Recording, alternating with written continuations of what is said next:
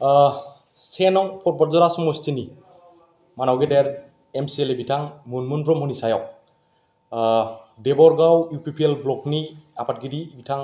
बिजितगोरा बसुमतारिया जा ओंथि गैयि आनपार्लियामेन्टारि सोदोब बाहायदों बे बाहायनायखौ जोङो बड'लेण्ड फरायसा आफाद एबा BSUनिफ्राय गोख्रों रावजों जों सोंखारियो। मानोना बिथां मुनमुन ब्रह्म बिथांखौ बेबायदि ओंथि गैयि एबा मिनिंलेस सोदोब आनपार्लियामेन्टारि वार्ड्स बाहायनानै बिथां बिजितगोरा बुंनाय सोदोबफोरा खालि मुनमुन ब्रह्म बिथांखौल' लाजि फोनांनाय जायाखै, बेयो समग्र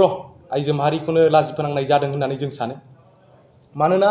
बिथाङा बे समाव जोंनि BTC काउन्सिलनि नायल' जाल' सासेल' MCLA एबा आइजो MCLA।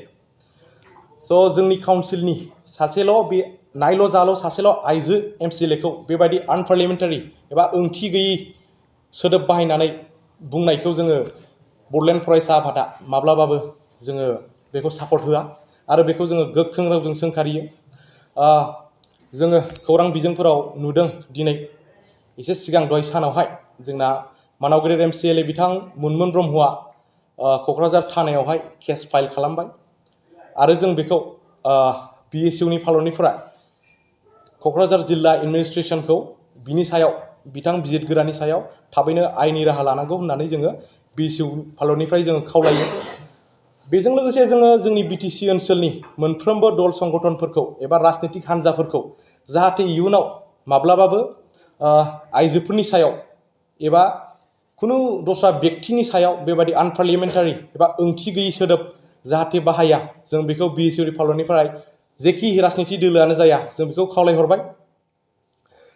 मानोना राजनीतियाव दान्थे बिदान्थेया गोबां जायो, नाथाय जोङो जोंनि समाजाव बेफोरबायदि आनपार्लियामेन्टारि एबा ओंथि गैयि सोदोब बाहायनायखौ जोङो मालाबाबो गनाया आरो जों बेखौ समर्थन होआ। बेनिखायनो जोङो आरो खेबसेबाव जा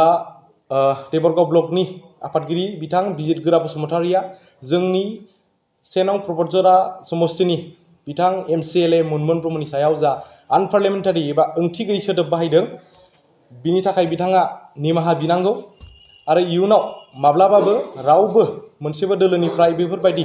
आनपार्लियामेन्टारि एबा ओंथि गैयि सोदोबखौ बाहायनाङा होननानै जोङो BSU फालनिफ्राय खावलायहरनाय थाबाय।